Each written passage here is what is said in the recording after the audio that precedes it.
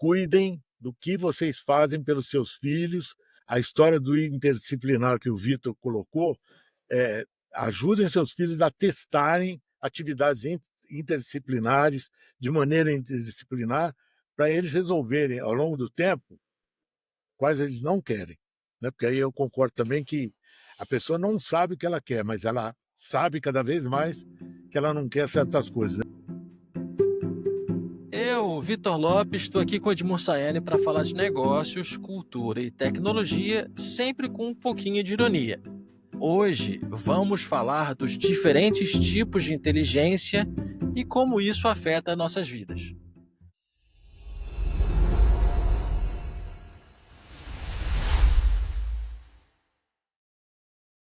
Ô Edmur, o que você andou fazendo essa semana aí? Me conta. E, cara, pior que eu tenho estado tão, assim, independente, né? Mas nessa semana acumularam-se 2 eventos. Biconnect, que é da Bittencourt, da Liana Bittencourt e da Cláudia Bittencourt, que é um evento sobre franquia, mas que foi bem bacana, porque Ah, a gente confirmou lá, eu confirmei lá aquilo que a gente vem falando muito aqui no nosso podcast. Eu achei muito legal, porque não teve nada muito discrepante do que a gente vem falando. E depois eu fiz uma imersão em inteligência artificial, que me mostrou bastantes coisas. Dentro delas, uma coisa impressionante que foi ERP, que você não precisa mais analisar nem dashboard, nem gráfico, nem tabela e nem relatório. Ele manda push para o WhatsApp. Eu falei, meu Deus do céu, é isso que eu esperava dessa nova era da inteligência artificial. Mas peraí. Me conta mais detalhes disso aí. Que RP é esse? não é um ERP, na verdade, é um integrador de ERP que coloca lá as coisas, bota no agente dele lá, ele tem um agente que analisa tudo e manda para cada pessoa da empresa, se é comprador uma coisa, se é vendedor, se é gerente de loja outra, e manda isso aí. Eu fiquei muito impressionado. Muito Foram quatro legal. dias, 4 dias assim, eu fiquei assim. Até no último dia, eu resolvi, estava frio aqui, eu resolvi, minha mulher, vai se vestir bem, se veste bem. Aí eu meti um paletó bonito assim. Que isso? Caraca, as meninas falaram: "Meu Deus, Ju, como você tá chique". Eu falei: "Foi bom". Então foi bom. Que bom. Cara, eu nessa última semana, sabe o que eu fiz, assim, de importante? Eu assisti Vale Tudo, a novela, fiquei tentando adivinhar Quem quem matou matou Odete Odete Roitman, exatamente. Mas olha, sabe que essa novela, ela trouxe algumas coisas interessantes que eu gostaria de discutir aqui no nosso podcast. Olha tem. só que, primeiro, a Odete Roitman, ela foi assassinada dentro do Copacabana Palace, onde ela residia. Sim. Isso causou uma comoção enorme na internet, a ponto de todo mundo questionar: "Como assim?" Porque são 5 suspeitos e todos entraram armados no É, hotel, não, no Copacabana no Palace. Copacabana Palace. E aí o pessoal falando: "Pô, mas como assim qualquer um entra no Copacabana Palace, entra armado e tal?" E virou um motivo de discussão, obviamente, na internet, porque as pessoas fazem assim, discutir na internet é algo que todo mundo faz e é algo que é extremamente relevante. Pois bem, eis que o Copacabana Palace resolveu se pronunciar na internet e aproveitar o gancho da novela, porque aparece bastante. Eu peguei o pronunciamento aqui e coloquei uma voz por cima, eu queria te mostrar porque eu acho que você não viu isso. Pronunciamento oficial e fictício. Prezados fãs de Vale Tudo, gostaríamos de informar que, de maneira puramente fictícia, uma de nossas ilustres hóspedes, Sra. Odete Roitman, foi retirada de cena em seu quarto, a nada fictícia Suíte 604, uma das mais luxuosas do Brasil. Reforçamos que estamos colaborando com a polícia fictícia e oferecendo todo o apoio necessário à investigação, igualmente fictícia. Agradecemos a preocupação dos fãs de Vale Tudo e informamos que todos os hóspedes reais estão muito bem, desfrutando do serviço exemplar de sempre. Que show, né, cara? Sensacional. Que show. Quando a pessoa tem essa presença de espírito, e olha que o pessoal do Copacabana Palace não é o povo mais moderno da face da terra, né? Mas eles mandaram muito, né? Eu achei Mandaram muito bem, aproveitaram e tiraram onda nisso. Tem uma história parecida que é do Náufrago, né? Do Tom Hanks, que a FedEx permitiu, sem que o náufrago pagasse nada para ele, que a FedEx aparecesse. Aí o avião da FedEx cai, né? Então imagina, a FedEx Sim. permitiu, o avião cai. Mas foi muito engraçado porque no final da história ele ficou com aquele pacote lá eterno, e aí a FedEx ainda fez uma propaganda que ele não sabia o que tinha no pacote, ele entrega para a mulher fala, não, tem um purificador de água, tem um telefone satélite e tal, e aí fica aquela piada em cima do náufrago, né, que ele vacilou, podia ter aberto o pacote, mas funcionou como... Aí tem uma outra coisa que também aconteceu nessa última semana de novela que eu achei interessante trazer para cá, porque é o seguinte, uma das antagonistas, né, a Maria de Fátima, seria uma vilã da novela, ela tentou de todas as formas se dar bem na vida, né, começou vendendo a casa da mãe, ela conseguiu passar a casa da mãe para o nome dela, vendeu a casa da mãe com a mãe morando ainda, casou com um bilionário, tentou, fazer a vida de influenciadora usando o estilo de vida dela, tentou extorquir bilionária, chantageando, fazendo bandas de coisas, e nada deu certo. Quer dizer, pelo menos até agora, né, deu certo, mas acabou que ela quebrou a cara. E ao quebrar a cara, ficou na Rua da Amargura, ela resolveu fazer uma coisa, e eu vou te mostrar o que ela acabou fazendo.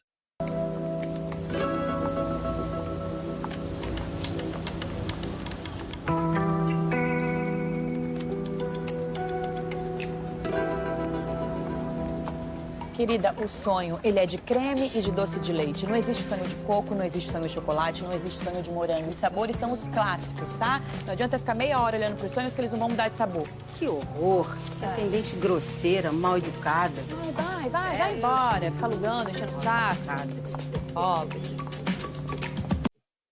Eu trouxe isso porque, Edmur, é o seguinte, ela tentou, com o alto da sua arrogância, concorrer não, chegou numa agência de publicidade da novela, e falou, eu quero ser diretora de conteúdo aqui e tal. E o cara falou, pô, mas você já trabalhou, você estudou, você se formada? Não. E aí ela viu lá perto da casa dela um anúncio de precisas de atendente de padaria. E ela perguntou, precisa de experiência? Aí a mulher falou, não. E ela foi aceita para começar a trabalhar ali. E aí me lembrou aquilo que você fala tanto do varejo, que o varejo acaba sendo essa oportunidade de iniciação de carreira Sim. para muita gente, ou para a grande maioria das pessoas, diga-se. E aí chega até um outro diálogo que ela reclama da qualidade de vida dela, reclama do trabalho, reclama de ter que pegar no pesado e tal. Ela fala, mas pô, viver com salário mínimo e tal, carteira assinada. Aí o cara fala, olha, mas 60% da população brasileira vive com salário mínimo. Ela o quê? Causa um certo espanto, assim. E é todo mundo CLT, pô, e ele até brinca, aquela coisa que a gente fala, porque tem uma galera aí que hoje em dia parece que não quer ter carteira assinada, com férias, benefícios, né, se você ficar doente e tal, e a personagem ainda tá grávida. Meu Deus. Então ela teria direito à licença maternidade, né, no caso. Essas coisas todas, só queria fazer essa provocação de vale tudo, né, porque é o assunto do momento, porque, de novo, o varejo acaba entrando na cultura popular como sendo a porta de entrada para muita gente que precisa, né, de um trabalho, de ter uma renda para sobreviver. Acostumar o corpo a trabalhar, né? E aprender a trabalhar e fazer, enfim, é a oportunidade de muita gente que vai acontecer. E curiosamente, é um spoiler da novela, não sei se é verdade, mas eu li que justamente pelo fato de trabalhar na padaria, ela vai acabar conhecendo o cliente ricaço, E vai casar com o cliente. e eu acho que vai arrumar um caso com o cara e vai se dar bem. Até nisso, o varejo ajuda. Você conhece. Bom, eu casei com a minha mulher trabalhando eu e ela no varejo, né? Então já Aí, houve tá um fato vendo? precedente aí na história. Varejo forma muitos casais. No É. final das contas, também tem isso. Porque é um encontro de pessoas, né? Acaba Não, e a acontecendo galera isso. do varejo é muito intensa, né? Eles trabalham muito profundamente e acaba se aproximando. Na Mesbla era um caso desse, né?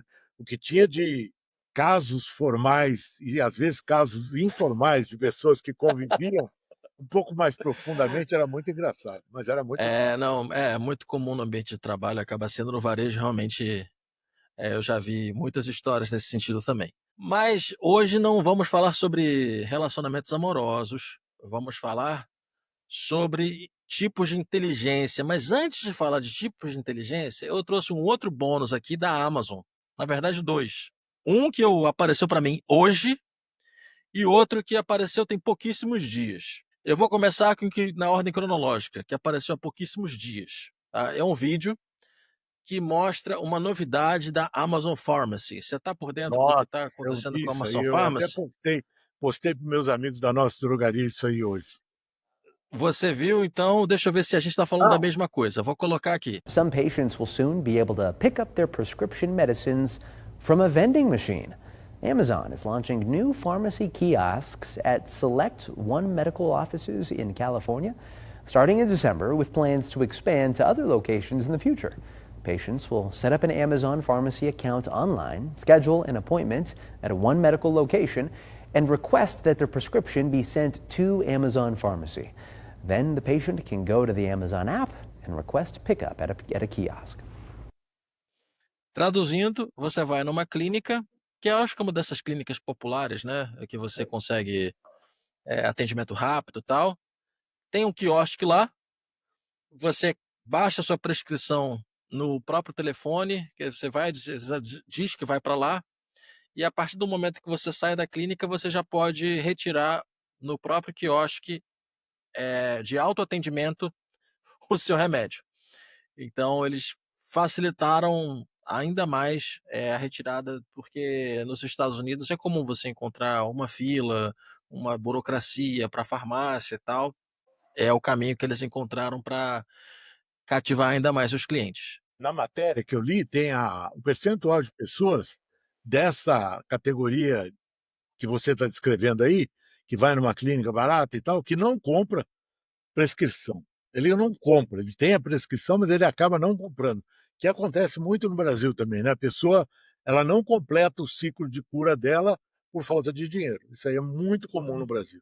Perfeito. Você acha que tem alguma chance disso? Acho que não. Pela regulamentação não é viável. Eu acho Não, que mas isso aconteça aqui. estão acontecendo coisas nos Estados Unidos que ninguém nunca imaginou que fosse acontecer, né? Até o meu post no LinkedIn, no Facebook foi: as farmácias americanas estão ficando cada vez mais irrelevantes, tá? Ninguém mais compra remédio em farmácia, ou compra na Amazon, ou compra no Walmart. É impressionante. Verdade. Estão fechando farmácia assim. Aqui no Brasil só abrem farmácias, né? E lá nos Estados Unidos só fecham farmácias. É um movimento oposto, como nunca havia tido, mas tem um intermediário lá que ele interfaceia indústria com farmácia. Num momento qualquer isso foi muito útil, mas hoje elimina a margem da farmácia. Por fazer isso, elimina a margem da farmácia, que já era um ponto. O roubo faz a farmácia ficar fechada. E a Amazon e o Walmart fazendo venda desse jeito, né? Em tudo quanto é lugar, você pede, chega amanhã. Então, realmente é uma dificuldade que muitas farmácias estão sendo fechadas, e uma coisa que era ícone dos Estados Unidos está derretendo. Vamos acompanhar o que vai acontecer nesses próximos anos em relação à saúde, o mercado de saúde, não só nos Estados Unidos como no mundo, porque basta uma mudança na tecnologia, na forma como as pessoas consomem, né, e lidam com isso, que vai ser curioso para ver como é que vai ser isso. E ao mesmo tempo a desumanização, né, do atendente, porque, quer dizer, tinha aquela coisa de você também receber a receita e conversar com o atendente, falar alguma coisa e tal. Hoje em dia não. Pegou, levou. É basicamente isso. E aí tem um outro vídeo, esse tem mais ou menos 1h30, 1 hora que eu vi, do CEO da Amazon. E eu vou colocar aqui, e enquanto eu coloco, eu vou ler o post em tradução livre aqui do que ele colocou. Às vezes, os menores corações lembram às maiores empresas o que a gentileza realmente significa. Quando o menino de 4 anos sonhou em ter uma festa de aniversário com o tema da Amazon, com a emoção de ver a van de entrega de verdade, ninguém poderia imaginar que a própria Amazon tornaria esse sonho realidade. Apesar de ser uma das maiores e mais movimentadas empresas do mundo, a Amazon encontrou tempo, coração e humanidade para se apresentar de uma forma profundamente pessoal. Em cima da hora, eles não enviaram apenas uma van de entrega, trouxeram duas. Uma van de entrega clássica da Amazon e um modelo elétrico de última geração. A equipe chegou com sorrisos, bom humor e braços cheios de presentes, transformando uma simples comemoração no quintal em uma lembrança única. Cada criança pôde sentar ao volante, buzinar e fingir ser o motorista da Amazon por um dia. O riso, a alegria e a admiração estampados em seus rostos diziam tudo o que as palavras não conseguiam expressar. Em um mundo onde as grandes corporações muitas vezes se sentem distantes, a Amazon provou que compaixão e comunidade ainda importam. Seu gesto atencioso, feito não por publicidade, mas por uma genuína boa vontade, trouxe magia ao aniversário de um menino e tocou o coração de todos os presentes. Foi um lembrete poderoso de que mesmo as maiores empresas são formadas por pessoas que se importam e sua generosidade inesperada nunca deve passar despercebida. Obrigado, Amazon, por mostrar que por trás de cada caixa e logotipo existe uma empresa capaz de gerar uma gentileza incrível. Que coisa, hein, Edmur? Eu torço Um muito belo para vídeo esse de... CEO aí Ah, estar sendo um anteparo do Jeff Bezos e realmente colocando isso em prática, porque não é a Amazon natural, né? Hoje estava até uma discussão sobre isso aí, né? Não é a Amazon natural que faz isso. É a Amazon que quer fazer um pouquinho de RP, né? Mas tomara que ele esteja melhorando o ambiente lá. porque, assim, ok, né? Não é por publicidade, tá, mas foi. Ele acabou de fazer uma postagem com um texto de agência de marketing, um Sim, texto de sim. bonito, Foi muito muito bem, simpático, eu adorei, foi muito muito simpático. simpático. Foi uma ação bonita, eu achei legal, achei genuína. Não por ele, pelo CEO, pelos trabalhadores, A certamente. galera fez o negócio. Os heróis da ponta que você falam É. fizeram isso de forma genuína. Porém, o CEO foi lá, cooptou isso, postou e falou: beleza, vou posar de bom moço. A verdade, eu acho que é essa.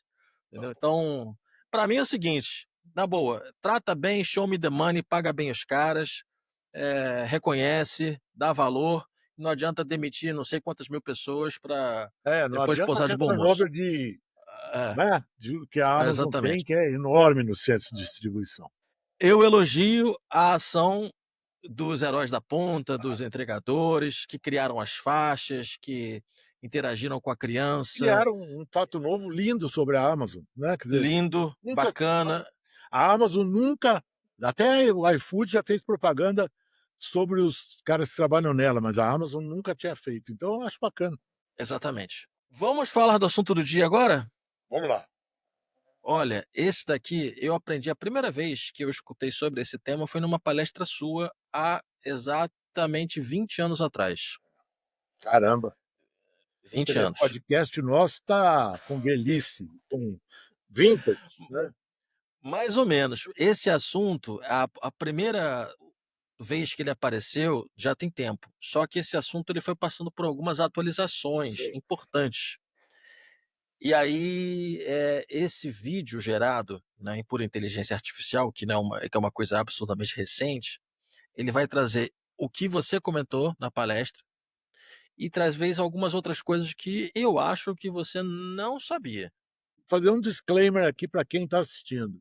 Esse assunto é o assunto mais importante que uma pessoa tem que saber para se relacionar com outras e para ser pai e mãe, tá?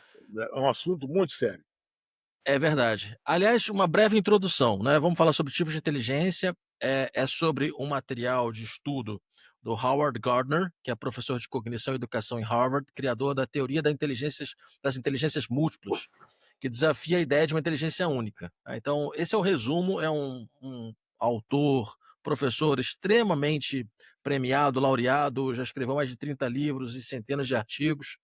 É extremamente reconhecido. E fez benefício à humanidade, porque se você não era inteligente, lógico, você era burro. As pessoas te achavam Exatamente. burro, entendeu? Ah, o cara joga futebol, mas é burro. Como assim? Então, fala aí que a gente vai clarificar para o pessoal o que inteligência realmente significa. Inteligência não é QI. Vamos lá. E aí, hoje a gente vai mergulhar de cabeça numa ideia que simplesmente vira o jogo sobre o que significa ser inteligente. É a teoria das inteligências múltiplas, de Howard Gardner. Prepara-se, porque isso muda tudo. Vamos começar com uma provocação. Será que inteligência é uma coisa só? Algo que dá para medir com um número? Tipo um teste de QI? Ou será que a história é, sei lá, bem mais complexa do que isso? Olha só que interessante esse contraste. No Ocidente, a gente cresceu com a ideia de que inteligência é meio que uma carta que se recebe no nascimento. Ou vem com ela, ou azar. É algo fixo, herdado. Já no leste asiático, a mentalidade é outra. A inteligência é vista como algo que se constrói, resultado de esforço.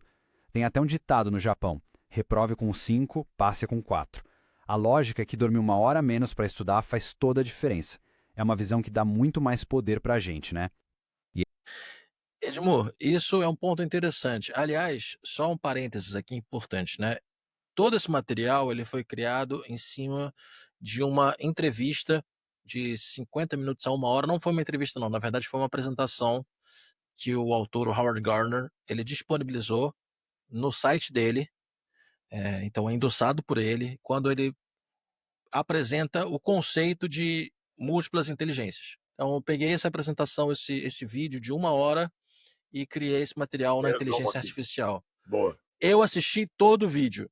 Ficou muito fiel ao que foi falado, porém, eu recomendo que as pessoas pesquisem mais sobre o tema, até porque a fala dele não dá para ser resumida em alguns minutos, com os exemplos, as nuances que ele apresenta. Então, a gente vai ter uma ideia aqui, mas esse que é o ponto interessante. E esse exemplo, só para concluir, né, então, mostra essa antítese entre uma herança, a inteligência é algo hereditário, e o outro lado, uma cultura que a inteligência é algo que você desenvolve, né, que você trabalha, que é o lado como os orientais acreditam.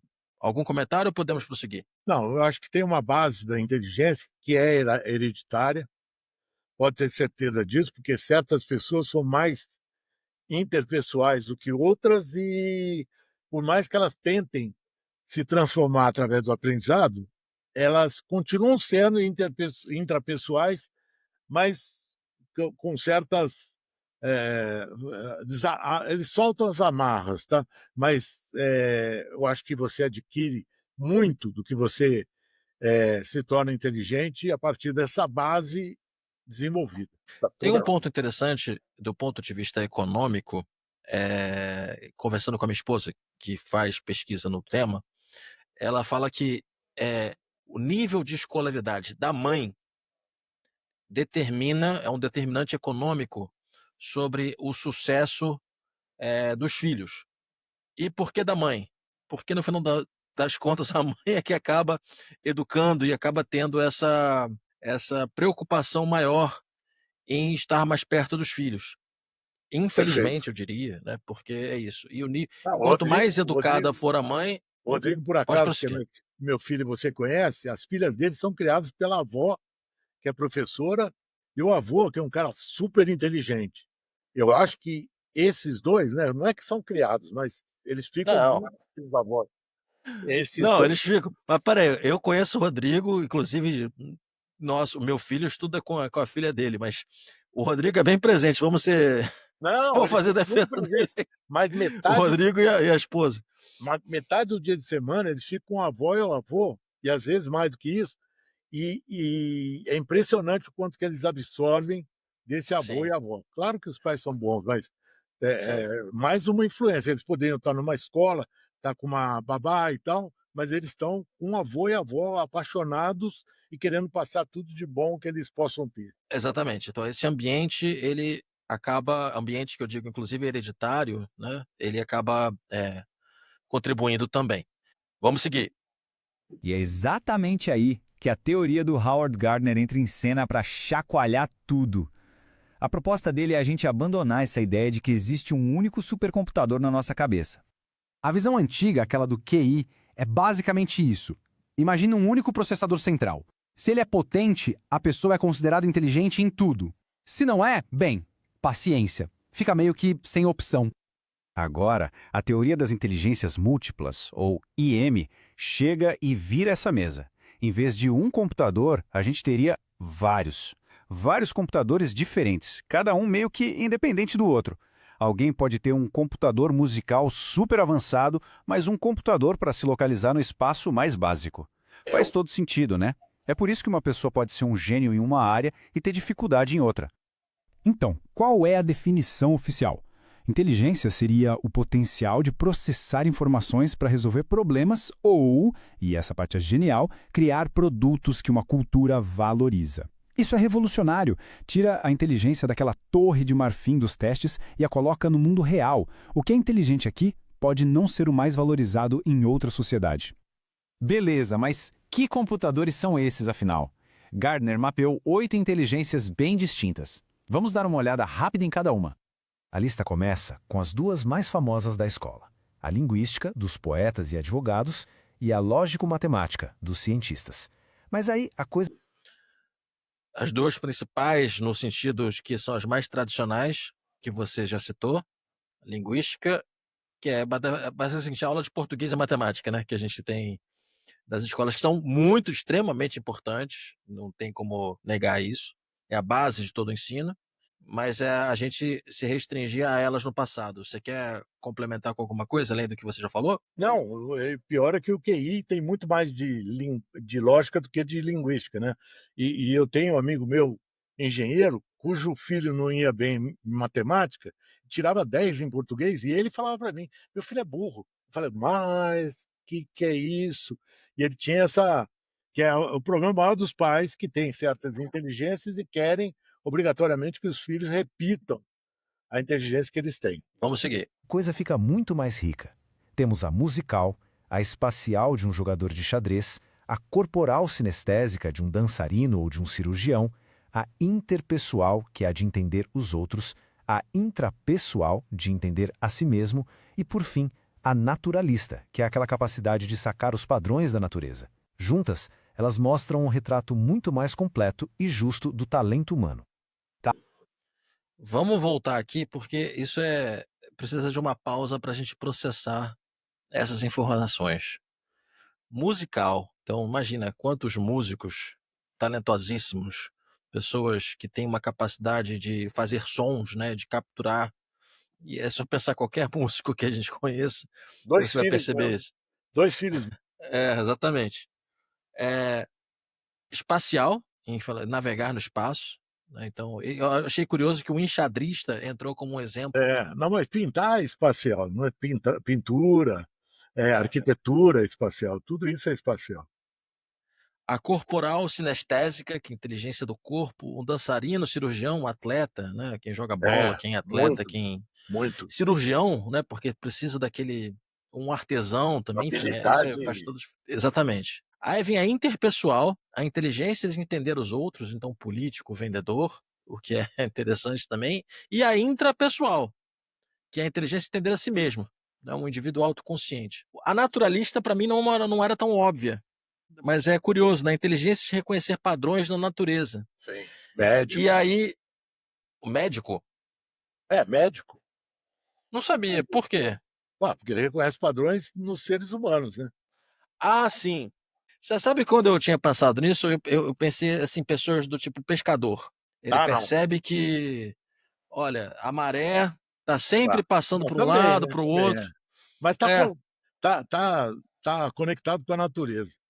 A Marina, minha filha, ela abria gafanhoto quando era pequena, né? Ela matava gafanhoto e abria para ver o que tinha dentro, entendeu? Era bem essa curiosidade mórbida, né, de querer saber o que tem dentro do animal. Mas ela virou arquiteta, né? Exatamente. Não deixa de ver o interior, mas o interior de casa. Eu acho que tem... Você vai falar de mais duas ou não? Tem mais duas que eu não sei se ele vai falar aqui no resumo. Quais são as duas que você vai falar? Uma existencial. Isso, perfeito. Que o Gardner inventou, e que ele acrescentou, né? Porque ao longo do tempo, a coisa do mundo, de cuidar do mundo, assim, gerou a inteligência existencial, que é de quem pratica a sustentabilidade. E tem outra que eu inventei, né, por lógica, né, que é a digital, né, ou não, entendeu? Porque as pessoas são ou não digitais, dependendo muito, né, do que elas conviveram e tal, mas hoje em dia isso faz uma diferença enorme e é uma inteligência super importante para você considerar no relacionamento com outra pessoa. Não estou dizendo que seja importante, mas se eu não sou digital e alguém vem falar comigo sobre o digital e acaba me humilhando, tá certo? Então é melhor a gente nivelar por onde que a gente vai falar com as pessoas. Mas vamos evoluir aí para a gente chegar, né, o Gartner foi até 9, com a existencial. Ele falou também da pedagógica. Ah, sim. Mas aí a Que é a pedagógica, ele abriu, na pedagógica ele abriu frente pra caramba, né, Foi. para onde vão o ensino e tal. Seguindo. Humano. Tá, a teoria incrível a gente já entendeu. Mas e aí? Para que serve isso na prática? Bom, quando a gente olha para a educação, as consequências são gigantescas. Basicamente, surgem duas ideias-chave: individualizar e pluralizar. Individualizar é sacar que cada estudante tem um perfil único de inteligências, então aquele modelo de tamanho único simplesmente não funciona. E pluralizar é a ideia de ensinar o mesmo assunto de jeitos diferentes, como se a gente abrisse várias portas de entrada para o mesmo conhecimento. E olha só esse exemplo de como isso funciona. Pega um tema denso como a teoria da evolução. Em vez de só dar uma aula expositiva, a gente pode pluralizar. Dá para contar a história da viagem do Darwin, uma abordagem narrativa, ou analisar a lógica da seleção natural, ou quem sabe explorar a arte inspirada na natureza. E para quem é mais mão na massa, simular a evolução em laboratório. Desse jeito, a gente não só atinge mais gente, como todo mundo aprende de um jeito muito mais profundo. Isso, no caso, seria sua filha, por exemplo, abrindo um inseto. Perfeito. Ela aprendeu na prática, como o que tinha por dentro do inseto, mas na verdade ela tinha interesse talvez por interior. Não sei, depois que você manda esse episódio para ela, pergunta: minha filha, você realmente tinha interesse por interior a ponto de ficar abrindo inseto e agora você pensa no interior das casas. Das casas e os ambientes?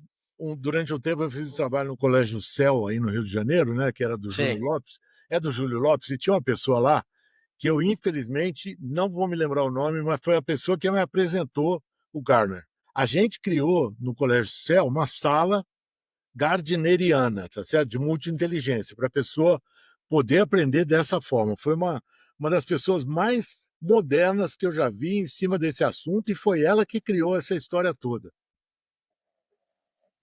Mas a teoria vai ainda mais fundo. Gardner nos força a pensar uma questão que vai além da habilidade e entra direto no campo da ética. A coisa fica séria agora. E aqui está o ponto crucial, a virada de chave. A inteligência por si só não é boa nem má, ela é amoral, é só uma ferramenta. Uma ferramenta super poderosa, claro, mas completamente neutra. Pensa nesse... Isso já tinha passado por você também já, isso não é uma novidade para você? Não, é uma novidade sim. É uma novidade? Não então vamos ver os exemplos que ele vai trazer. Pensa nesse exemplo, que é de arrepiar. Tanto Nelson Mandela quanto Slobodan Milošević tinham uma inteligência interpessoal fora do comum. Eram líderes carismáticos que sabiam como mover multidões. Só que Mandela usou esse dom para unir um país e evitar uma guerra civil. Milošević usou a mesmíssima habilidade para inflamar o ódio e promover limpeza étnica. A mesma inteligência com resultados opostos, um para o bem e outro para o mal. E isso nos traz ao conceito de bom trabalho. Não é só sobre ser bom no que se faz, tecnicamente. O bom trabalho se apoia em 3 pilares, os 3 Es. Tem que ser excelente, claro, de alta qualidade, tem que ser envolvente, ou seja, ter significado para quem faz, e, o mais importante, tem que ser ético, feito de um jeito responsável. Exatamente isso que eu acho que, imagino que seja novidade para você, no sentido do Gartner, porque ele usa até essa ilustração aí, que a hélice do DNA, né, ele criou com os 3 Es, da excelência, do envolvimento e do ético, para descrever a importância de como a inteligência precisa ser desenvolvida. Porque se você não tiver esse espectro de inteligência, não faz sentido. Então, vamos continuar aqui, porque só para ver eu passar a bola para você. A grande missão, principalmente na educação, é conseguir colocar esses 3 Es no nosso DNA. A ideia é que desde cedo a gente cultive não só habilidades, mas também um senso de propósito e de responsabilidade com o mundo. Então, no final das contas, para que serve tudo isso? Para que desenvolver tantas inteligências? Qual é o verdadeiro objetivo por trás de tudo? Acho que a resposta perfeita veio de Martin Luther King Jr. O objetivo da verdadeira educação é juntar inteligência e caráter. A pergunta que realmente importa não é o quão inteligente alguém é, mas sim como essa pessoa usa suas inteligências. E é essa reflexão que fica. Vou passar para você, Timor. Não, estupendo, né? Porque essa parte do caráter aí foi uma coisa muito bacana, eu não tinha pensado, é um acréscimo ao que ele fala. Quando eu aprendi isso aí, eu percebi rapidamente que as maiores dificuldades de relacionamento entre as pessoas é não reconhecer a inteligência do outro e querer explicar as coisas para o outro da maneira que você aprendeu. Eu tinha meu pai que vinha de Ribeirão Preto, pegava o ônibus em Ribeirão Preto, eu ia buscar ele na rodoviária, e da rodoviária até minha casa, ele me dizia exatamente se a gente tinha passado ou não há 3 anos atrás, quando a gente foi para minha casa da rodoviária. Ele tinha uma memória espacial incrível. E eu não tenho GPS, eu não tenho gene do GPS, nunca tive, depois que eu passei a enxergar mal, piorei. Outra coisa que eu não tenho é o gene da sinestésico. Eu não joguei nada bem na minha vida, tá certo? Tem aqueles caras que vão para jogos escolares, jogos universitários, eles jogam handebol, futebol, vôlei, basquete, deve ser você, né? Mas eu não tinha isso, mas nem... E foi com muito esforço que eu fiz isso. E tem outros aí que eu também não tenho, natural, para mim, o máximo de natureza para mim é Discovery Channel, né? E não tem esse negócio de ficar... Eu tenho aflição de pisar no mar, tem que andar com sapato de neoprene, que eu fico com irque de pisar em coisa que eu não sei o que é. Tem umas coisas assim. Agora, eu misturei, engraçado que eu misturei, e foi bom para mim, o lógico, né? Entrei no ITA e no ITA comecei a estudar português para depois me dedicar à inteligência linguística, tá certo? Eu acho que eu sou um cara interpessoal, linguístico e lógico. Esses são meus pontos onde se você me explicar coisas por aí, eu me dou bem. Agora, você pega, quando eu era CEO, tinha um cara de finanças, um cara de marketing, um cara de logística, um cara de vendas. Você tem que explicar tudo que você quiser, tentar convencer os caras, né? Porque você, na verdade, eu falo que quando você tenta convencer alguém de alguma coisa, o pessoal chama de andragogia, mas o prefixo andro, é o macho. Então é antropogogia da humanidade, tá certo? Ensinar a humanidade é descobrir, é uma mudança, tá? O cara sai de onde ele está, chega no zero e aprende coisa nova. É descobrir por qual canal esse cara aprende mais rápido, né? Porque senão ele resiste e bloqueia tudo que você estiver falando para ele. É muito impressionante a reação que causa um cara financeiro tentando explicar finanças para um cara de marketing sem tentar se aproximar do pensamento do cara de marketing. Eu trouxe uma frase também que eu não lembro se eu já citei, mas me marcou na época do mestrado. A frase é de Gary Brewer. Ele disse isso em 1999. Disse que o mundo tem problemas e universidades têm departamentos ou matérias ou disciplinas.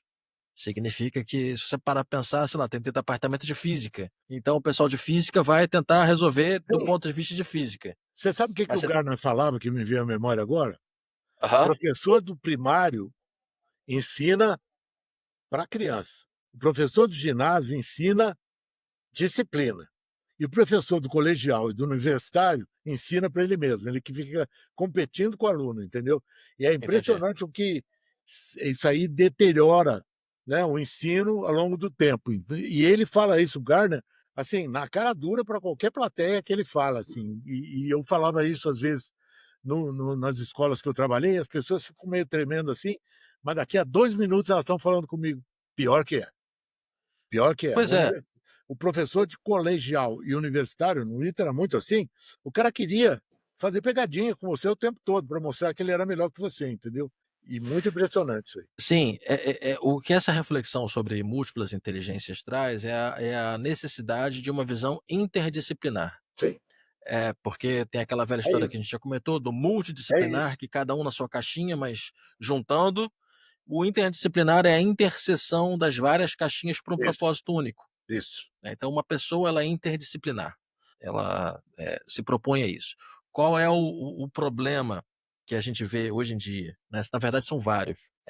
Que, pelo menos na minha concepção, quando você vai falar por mercado corporativo ou mercado de trabalho, você é colocado numa caixinha. Sim. Você é colocado numa especialidade, numa Sim. especialização. E querem cada vez mais pessoas especializadas. Especialmente naquelas duas inteligências que você colocou, pelo menos no currículo, que é a inteligência lógica e a linguística. Só que, na verdade, o que define muitas vezes um bom desempenho de alguém em corporações é a interpessoal, é a intrapessoal, o que mais? É a pedagógica, de você também É. transferir o seu Não, conhecimento. eu falo que a intra e a inter, elas têm que se alternar, porque tem certas horas que você tem que falar bastante, tem certas horas que você tem que ficar dentro de si mesmo e ouvindo a outra pessoa, senão você não consegue absorver nem se conectar com essa pessoa. E tem algumas coisas interessantes que ele trouxe nesse vídeo que eu assisti para usar para esse material que não foram citadas no resumo Você aqui me que a gente passa depois, assistiu. tá, esse Te material, porque passo, claro. senão eu vou começar a procurar aqui. Não pode deixar que eu te passe, sim. Mas ele faz um comentário interessante que disse que é uma observação apenas dele, especificamente dele. Ele falou que obviamente é um estudo absolutamente empírico, esse das inteligências, ou seja, né, baseado no próprio aprendizado, mas nessa é algo muito específico dele.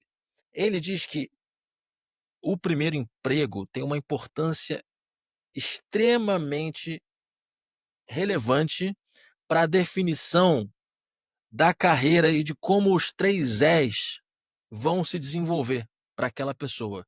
Do engajamento, da ética e da Excelência. excelência. Ele falou que o primeiro emprego, assim, a atividade ali, a educação já é importante, mas o primeiro emprego é uma característica marcante para ele. E aí eu fico pensando no varejo, justamente no varejo, né, que é o primeiro emprego de muita gente.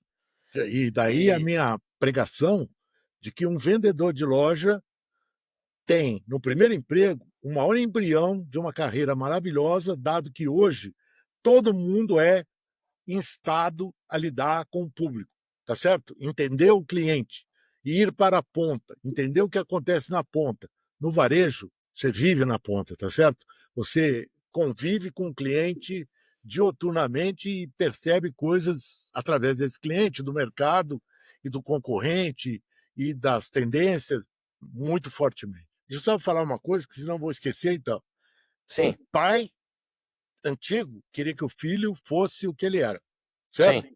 Pai moderno tem que entender a inteligência do filho, ou, na verdade, eu não acho que existe só uma inteligência que a pessoa queira, mas vocação é exercer a inteligência mais forte que você tem, e aí você vai ser excelente, ético e encantado, tá certo? O envolvimento, envolvido, tá certo? Porque se você não fizer trabalho na inteligência que você tem mais desenvolvida, vai ser um esforço tão grande.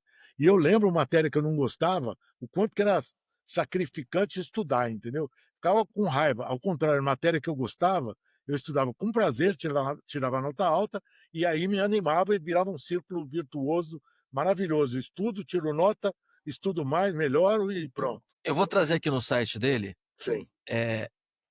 algumas informações bem interessantes, porque ele tem boas práticas e práticas indevidas. Eu olhei as boas práticas e eu achei mais interessante a gente falar das práticas indevidas, porque são coisas que Indevido. realmente devem ser evitadas.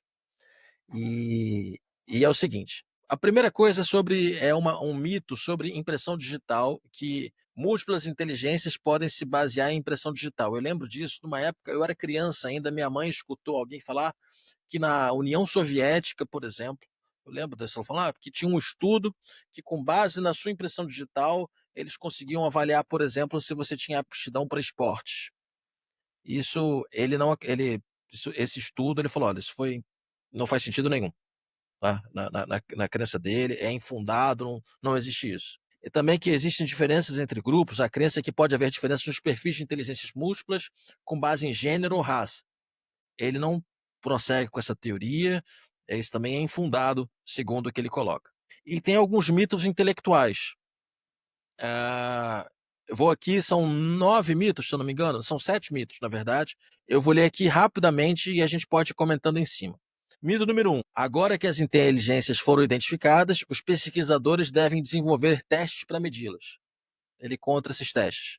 Não, eu acho que isso é um negócio, essa coisa de medir essa inteligência, coisa do gênero, medir QI, medir não sei o quê, eu não sei exatamente para que serve, mas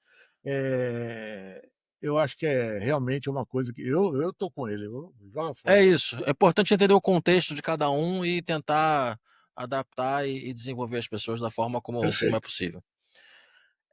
Uma inteligência, o mito número 2, uma inteligência é o mesmo que um domínio ou uma disciplina, né? Então, é algo que é mais complexo do que isso, né? Por exemplo, ele fala uma inteligência não deve ser confundida com domínios, por exemplo, prática do direito, da execução musical ou disciplinas, por exemplo, história, matemática, são empreendimentos que são, na verdade, empreendimentos humanos socialmente construídos. Então, um professor de matemática, ele pode tocar música muito bem, né? Ele pode ser um excelente músico, Perfeito. pode ter um conhecimento espacial, etc. Ou ele talvez nem tenha uma inteligência tão avançada na lógica quanto talvez a musical, né? Eu acho que esse que é o ponto que ele quis trazer. A música tem muito a ver com lógica, né? Ela tem muito a ver com matemática. Mito número 3, uma inteligência é o mesmo que um estilo de aprendizagem, um estilo de trabalho ou um estilo cognitivo. Um estilo é uma abordagem que os indivíduos usam para uma variedade de atividades. Os indivíduos podem ter estilos que são planejados, lúdicos, obsessivos, etc. Como observado na realidade número 2, uma inteligência não é um estilo. Uma inteligência é um computador com uma certa força, com certo poder computacional. Ele diz aqui. Enfim, eu estou passando a teoria das inteligências, múltiplas inteligências não é empírica. Na verdade, ela é empírica, ela é totalmente empírica. O que mais? Tem a questão da hereditariedade, que ele já abordou. São coisas, na verdade, eu estou lendo aqui, na verdade, o que a gente pegou os principais mitos em relação a isso. Perfeito. E aí, eu acho que, Edmuro, acho que a gente tem que refletir sobre o desenvolvimento de pessoas, porque a gente está falando muito de educação. E a gente não para de aprender ao longo da vida. Isso. Não para. E ensinar, né, ajudar os outros a se desenvolver. E quando a gente tenta colocar todo mundo dentro de uma caixinha, a gente faz um desserviço à vida daquela pessoa. E, ao mesmo tempo, eu percebo e me questiono e te questiono também se existe talvez um mito ou uma realidade que algumas inteligências, o desenvolvimento de algumas inteligências acaba sendo mais recompensador financeiramente e, consequentemente, as pessoas procuram seguir por esse caminho e ignorar a sua própria vocação, as suas próprias inteligências. Então, o Ikigai fala muito disso, né? O Ikigai tem 4. Ikigai é uma coisa japonesa que fala de propósito e tal, mas ele tem 4 dimensões, tá certo? O que é bom para o mundo, o que eu adoro fazer, o que dá dinheiro e o que eu sei fazer. Certo? Essa visão do Ikigai, para mim, é muito sábia, porque eu também tenho que estar na intersecção das 4. Tá certo? A questão da ética no Ikigai é bom para o mundo. A questão do envolvimento no Ikigai, eu gosto. A questão da excelência no Ikigai, eu sei. E a questão quarta, que responde a tua pergunta, se eu tiver esses 3, eu vou ganhar dinheiro. Tá certo? O que dá dinheiro, na verdade, é exercer essas outras 3. Eu nunca tinha associado isso aí, mas agora foi bacana pra caramba, porque é exatamente isso, tá? Eu sei fazer, eu me envolvo, eu sou ético, eu sou bom para o mundo, então eu vou ganhar dinheiro, porque talvez Deus, percebendo que eu sou assim, vai me ajudar, entendeu? Até tem uma coisa divina nessa história. Na verdade, o Ikigai, que é aquele conceito que você já comentou, ele não deixa de ser os 3 E's do... Isso, exatamente. Mas vou conseguir dinheiro. Então, na verdade, você soma os 3 E's, e aí o que ele acrescenta é que ele consegue ganhar dinheiro fazendo isso. Eu só não gosto da palavra excelência, né? É bom que né? Mas a palavra excelência, para mim, tem um cara que escreveu sobre a verdadeira motivação, que ele fala de maestria, né? Quando o cara vira mestre no assunto. Para mim, quando o cara vira mestre no assunto, é o que ele sabe exercendo coisa boa. A excelência, para mim, é um troço que fica acima desses 4 aí, para um dia, né, eu chegar no pleno, né, que é o objetivo de todo mundo, né, que é melhorar tanto que eu chegue no pleno. Não vai chegar nunca, mas a perseguição por isso ajuda muitas pessoas a quererem melhorar. Mas qual é a sua questão maior com excelência? Porque algo é tão Muito é intangível. É intangível. É que nem você fala excelência, é intangível, não tem excelência. Tem muita competência, tá certo? Tem muita competência. Eu até brinco. A Disney é excelente? Claro que não. Tem uma fila desgraçadamente grande, tá certo? Não precisa ser excelente para ser bom. Tá? Se você falar que a fila dura 40 minutos e ela dura 20, tá maravilhoso. Né? Mas isso então é aquela velha história que o ótimo é inimigo do bom ou não? Não, eu até acho que o bom é inimigo do ótimo várias vezes, porque as pessoas se conformam tanto com o bom que elas não buscam o ótimo. Eu não sou contra você evoluir. Evoluir é fundamental. Mas para que evoluir? Para eu ser melhor que eu era ontem, certo? E ajudar os outros. Esse é o meu princípio de melhoria, tá certo? Agora, eu serei para mim, tão melhor quanto mais gente eu conseguir ajudar e, obviamente, eu ser melhor do que eu era ontem também é uma coisa importante, né? Eu abomino instigar a competição em organização, você querer ferrar o outro, ser melhor que o outro, né? Você querer fazer as coisas e conseguir já é bom, né? Porque, puta, cumpri minha missão de hoje, ou minha meta de hoje. Agora, melhor mesmo é quando você consegue ser melhor amanhã do que ontem e, cara, quando você ajuda alguém, é estupendo. Eu até pedi para a gente entrar nessa hoje das inteligências múltiplas, porque faz falta para muita gente isso aqui. Faz falta para muita gente conhecer esse assunto.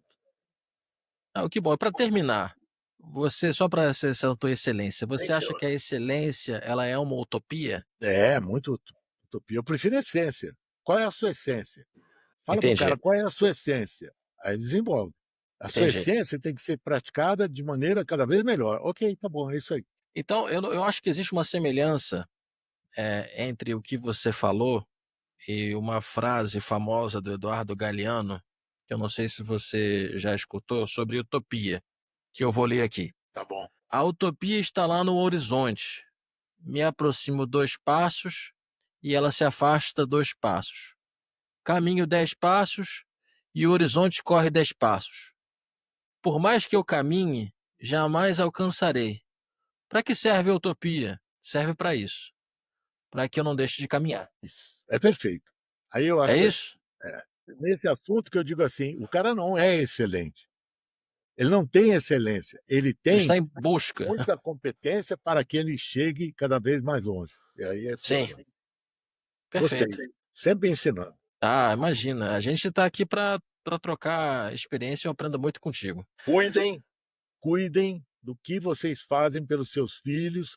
A história do interdisciplinar que o Vitor colocou, ajudem seus filhos a testarem atividades interdisciplinares de maneira interdisciplinar para eles resolverem ao longo do tempo quais eles não querem, né? Porque aí eu concordo também que a pessoa não sabe o que ela quer, mas ela sabe cada vez mais que ela não quer certas coisas, né? Eu fui estudar engenharia, não sei porquê, mas medicina eu não fui por um motivo.